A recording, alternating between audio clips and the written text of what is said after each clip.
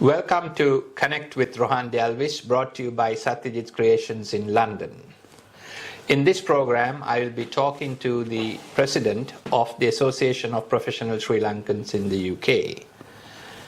APSL is a UK-registered charity consisting of independent professionals, both first and second generation Sri Lankans, and is a merit-based organization. So nobody holds office by virtue of their seniority alone. So to talk about APSL, I would like to introduce Mr. Thushara Madurasinghe, its president. He's an accountant by profession. Welcome, Thushara, to Connect with Rohan De Alwis today. All right, thanks, Rohan.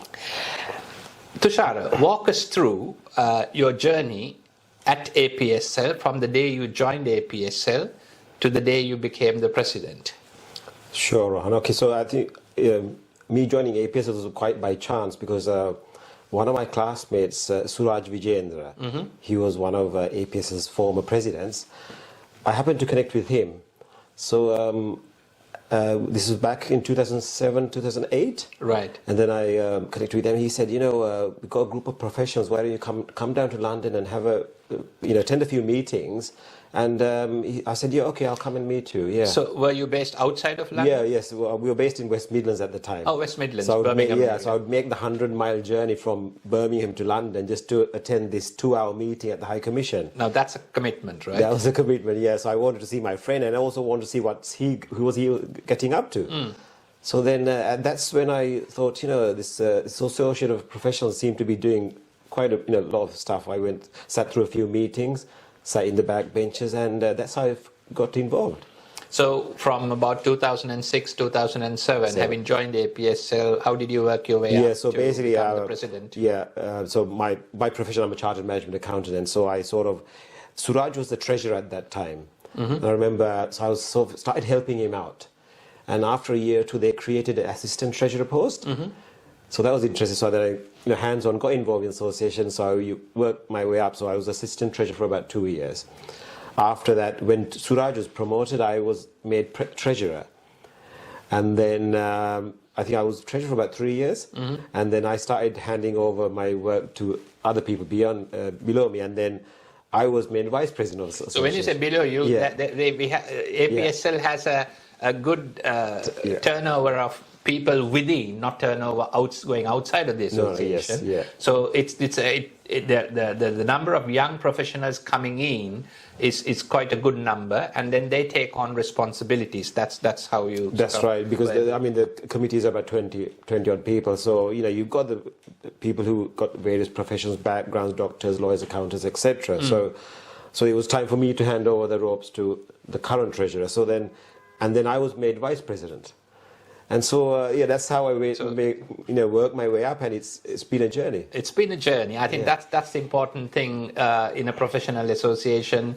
Now, it's not just a professional association of its own. It works to help professionals in the United Kingdom as well as work activities in Sri Lanka for the benefit of the Sri Lankan people. Walk us through that as well, what we do, what you do as an association for the members in the United Kingdom, as well as, once you've explained that, tell us a little bit about what APSL does in Sri Lanka. Sri Lanka, okay. All right, so one of the first questions which I generally ask is what do people in the UK, the Sri Lankans in the UK, gain from the association? So we have a number of events which do benefit Sri Lankans. So one of the events is Ask the Expert Series. So in which we invite an expert in a field of legal or accountancy or business, and then they'll hold a session talking about that subject. So that benefits the Sri Lankans living here. So that's primarily for the benefit of the United Kingdom Sri Lankans. Not necessarily just the professionals, but I think the Sri Lankan community in general, where you get somebody with expertise in a particular subject, and he or she then talks about, for example, the legal aspects or the financial aspects or how to do business or business management and so on. Is that what? That's right. Yeah, something like that. So it could be any even immigration, any field of personal immigration and so on. Right. So I want to mention about a project which I started, and this is because of my background. It was living in the UK. So I went to school here, Rohan. So I started my schooling here. I was going to ask you about Yes. your personal Yes. background, but perhaps this is just a great entry point. Sure, Yeah? okay, Living yes. in the UK, APSL series, but walk us through as well about My and how background, you yeah. connected that Yeah. project So program. I first came to the UK when I was 3. So my parents migrated to the UK at that time in the early 70s. So you were 3 years of age. 3 years old, yeah. So which meant I started my schooling here. So at that point, I didn't know the Sinhalese language. As a 3-year-old, you probably know the basic words. So then English became my primary language, and I went to school and started. And then so up to the age of 13 or 14, I lived in the UK. Where was that? In the This UK? was in West London. In West London. Yeah, right. in London. Okay. So I used to have the Cockney accent, right? The typical Cockney accent, but now it's gone because when you go from a different location. So these are regional accents for Accents, benefit yeah. of non-UK Yeah. viewers. You have accents in various That's right. regions. Yeah. So I used to have the accent. So when I left the UK, and then after, so then I left the UK, had my primary education here, and then at grade 8, I went into Mahanama College in Colombo, right? And so that's when I started my education in Sri Lanka in a different language. So it took me a year or two to pick up, and Sinhalese, started writing Sinhalese and all that. So just to interrupt you there, Yes. Thushara, what made you and your parents go back to Sri Lanka when you joined Mahanama College? Yeah, so basically, I think because my sister was born at that time, they wanted to get the 2 children exposure to Sri Lanka culture and values. And so the only way to do that was to take the children back to Sri Lanka, and that's the decision they made at that time. So you ended up from West London to Colombo. And then this is where I also faced the cultural shift and clash. Being brought up in a Sri Lankan family in the UK, in a Sinhalese Sri Lankan environment, and then going to Sri Lanka, and it's completely different. So now, I thought, and you were 13. 13 at that so just time. starting your teenage years, yeah. So looking at those experiences, which I personally had, this is when I thought of coming up with the program for living in the UK for APSL. And then that program has been going for the last many years, held in various religious places, etc. So Yeah. expand on the Living in the UK series Yes. for the benefit of our viewers. Yeah, so that's a series of discussion series we have in various religious places, in various towns and cities across the UK. It's about bringing communities together, Sri Lankan communities, and explaining to them the cultural Eastern and cultural Western values. I see. So Yes. you are highlighting the cultural and other values of both the East and the West. So that's why it's called Eastern and Western values living in the UK. The differences, perhaps the similarities, and then the clashes as well. That's right. I see. Yes. So it's primarily to a younger audience? Yeah, I mean, we invite the younger second generation, first generation, and also the parents as well, because the parents can also learn a lot. Because you have children who are born in the UK and also children who have just come in from Sri Lanka. And, it's difficult for even parents to understand the cultural and the challenges that they have in society today. And I think that's a series discussion which has really impacted on the, Yeah, I think I have seen some of the programs, and I've attended some personally in London, Birmingham, Manchester, and various places. Yeah. It's very well received because it's not just the first and second generation younger children, but also the parents, because sometimes the parents could be oblivious to the problems or the concerns, challenges that children face, and also within themselves, the children of having not necessarily conflicting cultures, but different cultures which sometimes could conflict. That's right. Right, so that's one of your own programs that you brought to the UK and launched through APSL. Yes. That's really good. And what else does are you as an association and its president? What else is it involved in? Yeah, so just to focus on still in the UK, we do a number of programs with the Sri Lanka High Commission as well. So not only, and also other registered charities in the UK, such as Hela Sarana. A lot of joint projects. So these all benefit the population which live in this country, the Sri Lanka population. Now, if I was to focus on what APSL does in Sri Lanka, we've got a number of projects which are all done because of the donations which we receive from the EXCO members, and also the non-members. So the general public, based yeah. in the UK, Based in the UK, yeah. which can be members and non-members. Non-members, right. yeah. So if I go through, there's about 4 or 5 key projects. So one of the projects is the Solar Village project. Solar Village is in Sri Lanka? In Sri Lanka, yes, right. yeah. So that evolves around the concept of using solar energy to power up a village in Sri Lanka and make that village sustainable by selling off the excess electricity back to the grid. So this is it. So when we talk about solar villages, in a conventional mine such as mine as well, you think there's a solar panel on the roof and there is a battery down in the house and it's connected to a television and one light in a rural village. That's not what we are talking here. It's much more and more sustainable. Yes. So the solar village actually creates and gives life to the village. That's the important thing, that's I think. Right. And yes, then it also generates money with the excess power that's generated by giving it to the national grid in Sri Lanka. That's right, yeah. So, I mean, what sort of communities do you engage in Sri Lanka? Yeah, so it's the rural village communities, and you probably talk to the local Grama Sevakas and the schools and the colleges in the area, because we need to get their support for this. And this is a sort of self-sustainable, because it's the village communities that get together, get involved in this, and then you can see how they prosper because of the continuous. It's not just a one of activity. So it generates income for the village community there. And then so with that income they can also expand, they can build more property, whatever things they want to do with the excess cash coming in. So if I want more information, is it available on the APSL Yeah, you website? can go to the APL website. I mean, so this is one of the key projects led by one of our committee members, Professor I.M. Dharmadasa.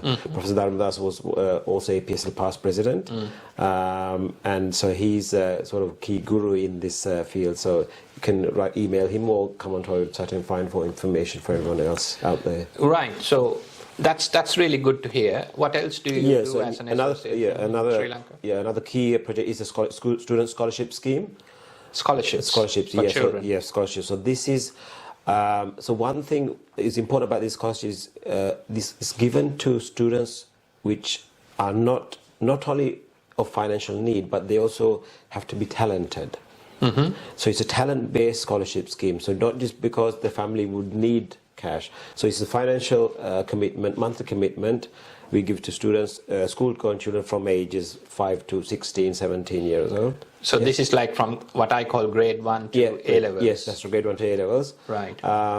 And so how do we fund it? So we fund, this is the beauty of it, it's funded by general public and members and non-members.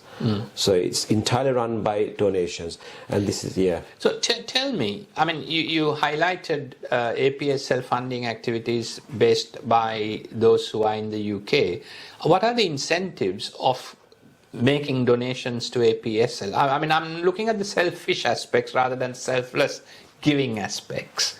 Yes. I mean, it's important. Why should somebody give money to APSL? What's in it for them other than doing good? Yes. Explain. Yeah, so, all right. So, first of all, we're a voluntary organization. We're also a registered UK charity, which recently... So there are tax benefits for the donors as well. Yeah. So we don't have a running cost. So let's turn this conversation completely the other way around. Yes. Let's not look at it from APSL. Let's look at it from our viewers basically, who are not members of APSL, and they want to give something, a monthly donation. Right. You mentioned it's a registered charity and there are tax benefits. What are the tax benefits? So basically, if you're UK registered, UK taxpayer, whatever donation you make, you can claim that as a taxable deduction in when you pay income tax. I see. So the amount of money that's donated by an individual to APSL, which is a registered United Kingdom charities, 100% tax deductible from your taxes. That's right. And then what's gift aid then? Because I know some of these words, that's why I'm asking. That's right. So the gift aid is the benefit that the charity get as a APSL. So we can From also whom? from the HMRC. Revenue and Customs. Revenue Customs. So we also get an extra 20%. So say a person donates £100, we can get an extra £20 on top of that, which means we give £120. I see. So it's a double-edged asset. Yes. Both for the donor, because they can claim tax relief on their donation, Yes. and then the charity, That's right. APSL, gets 20% Extra gift aid, paid for by Her Majesty or His Majesty's government now. HMRC, it's important. HMRC. I see. So that's an important point for our viewers who are based in the UK, because you have the option of sending money from your earned income directly to Sri Lanka for a very noble project of your choice. Alternatively, you could do the same through APSL, a registered charity, where you would be able to deduct that payment whilst doing something extremely good and giving and all of that, tax relief. And then, on top of your donation, the government of the United Kingdom will add 20%. Is it 20%? Yes. On top of your donation to APSL. So if you give £100, you can deduct that £100 from your tax, plus APSL will get you £100 plus another 20% by way of gift aid. So all of a sudden, your £100 that you've given actually is £120, which APSL can use to benefit the cause or for the reason that you have been donating. That's right. That's really important.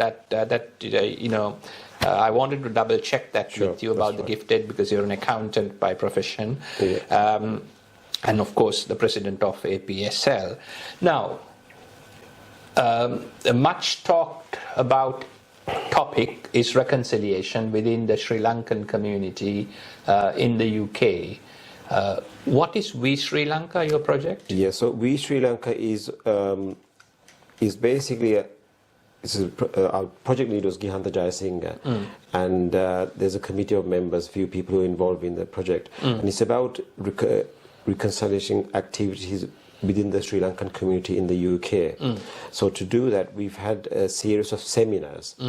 Now, the seminar series was started online because of COVID, but before that it was face-to-face interactions and face-to-face events we had in locations, especially in London, even outside of London. So it's cultural and informative meetings. Yeah, meeting points. So the recent, we had a number of speakers, Prashant Divisa, and key people who are involved in presentations to do with reconciliation.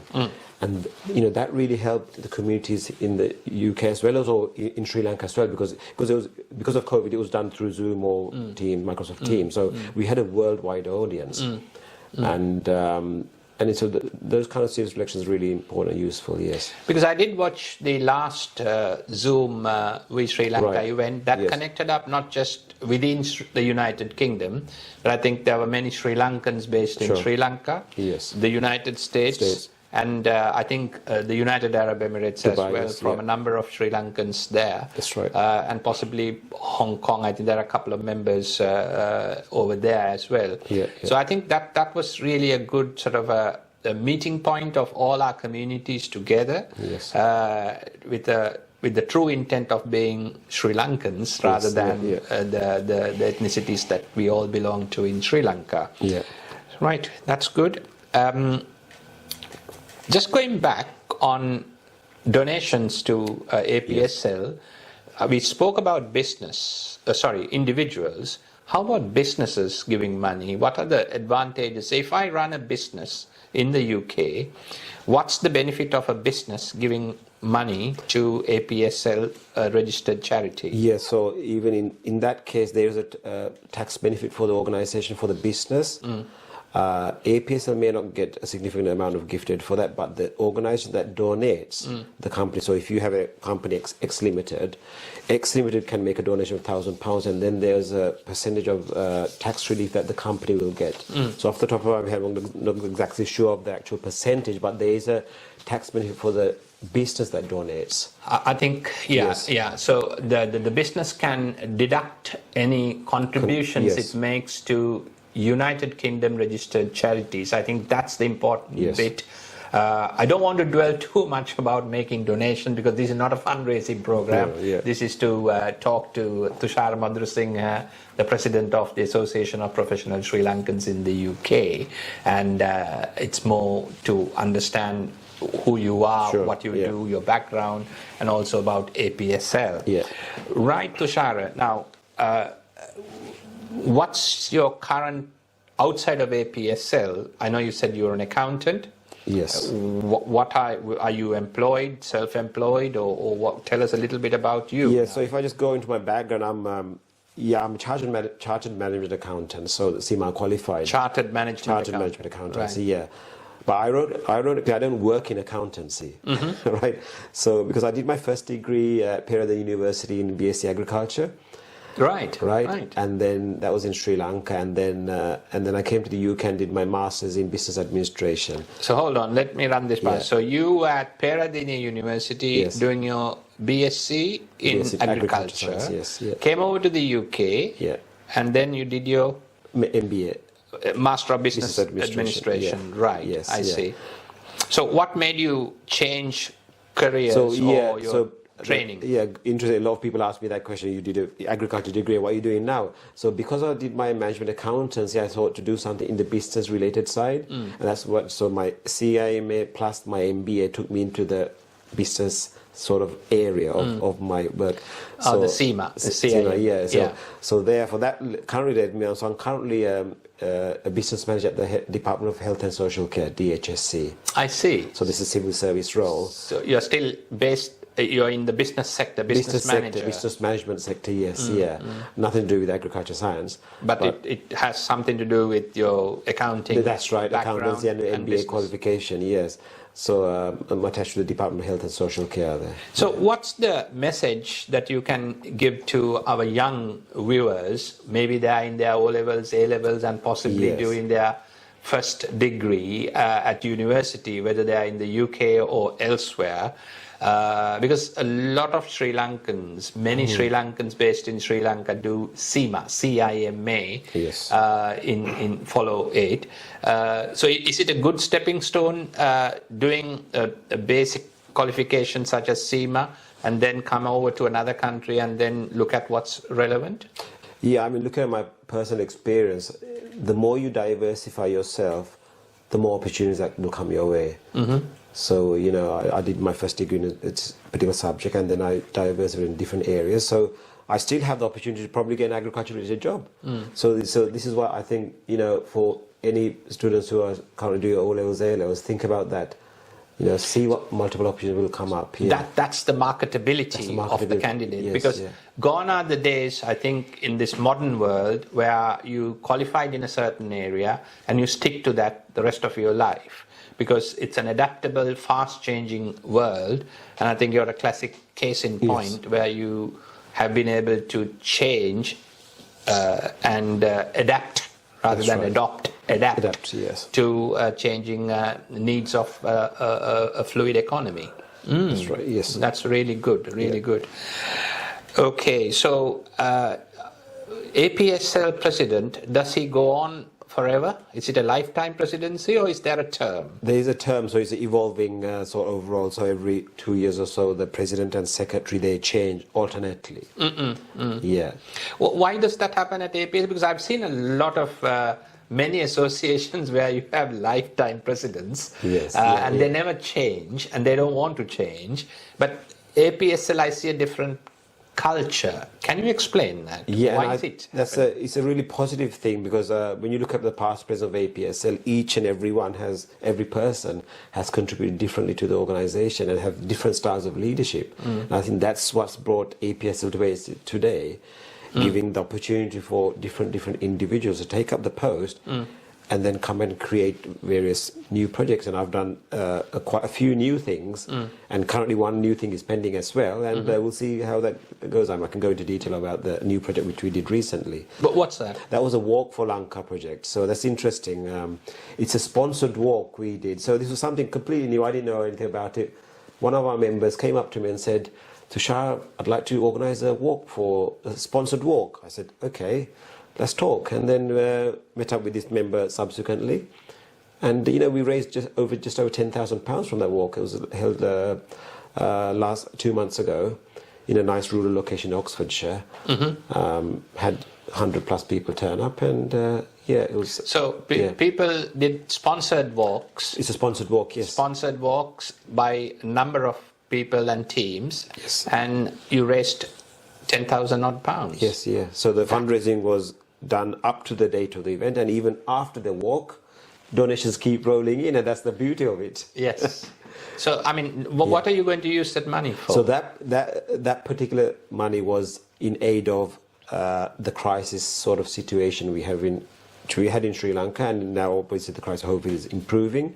For medical items, food rations, children's needs, those are the specified need we had at that time, and we continue to support Sri Lanka. So this is like medical aid, cancer relief, food aid, and so on. Yes, sorry, for those emergency relief funds, yeah. Because APSL has a special section for emergency relief. That's right. Yeah. So ERF, the emergency relief fund, is for any particular natural disaster which might happen at any point. Natural or man-made disasters. In Sri Lanka. Yes, yeah. So a flood or any other disaster, we set up a fundraising and then get it done. Yeah, that's an evolving project. That's really impressive, Thushara. Yeah. It was really glad for me to for you to. I'm really glad that you were able to explain to us what APSL as an association has done, because it was formed in 2004, I believe. Yes. And one of the longest serving uninterrupted associations. And I think the rotation of positions, giving everybody who is working actively the chance to take on new positions, do their own projects and move on. Yes. So I think that's an important message I think we can give to the Sri Lankan community, both here in the UK as well as outside. APSL's rotation of positions rather than have somebody run it every day, because I think the novelty wears off, the people get disillusioned, but here you have a renewable thing. Yes, that's right. I see. Okay. And also, Thushara, I'm really grateful for the insight you gave about the multidisciplinary approach, especially for the younger generation, because that's again unconventional, but the unconventional becomes conventional with the passage of time, because from a jobs market standpoint, I think Sri Lanka produces fantastic qualified people, but their soft skills and also the adaptability to a changing situation is something that I think the Sri Lankans can improve on. So this is not about our 92 or 98% literacy rate, which we will continue to maintain, but it's the adaptability when they are overseas and also when they are in Sri Lanka. I think APSL has a good combination of people. So I'm really thankful, Thushara, for having taken the time of your busy schedule and spending with us about 20-30 minutes. So thank you very much on behalf of Connect with Rohan De Alwis, the program, and also on behalf of Satyajit Creations, the production studios. I wish APSL the very best, as well as the very best for you in your future endeavors. Thank you. Right. Thanks for the opportunity, Rohan. Speak to you. My pleasure. Right. Goodbye. Okay, bye.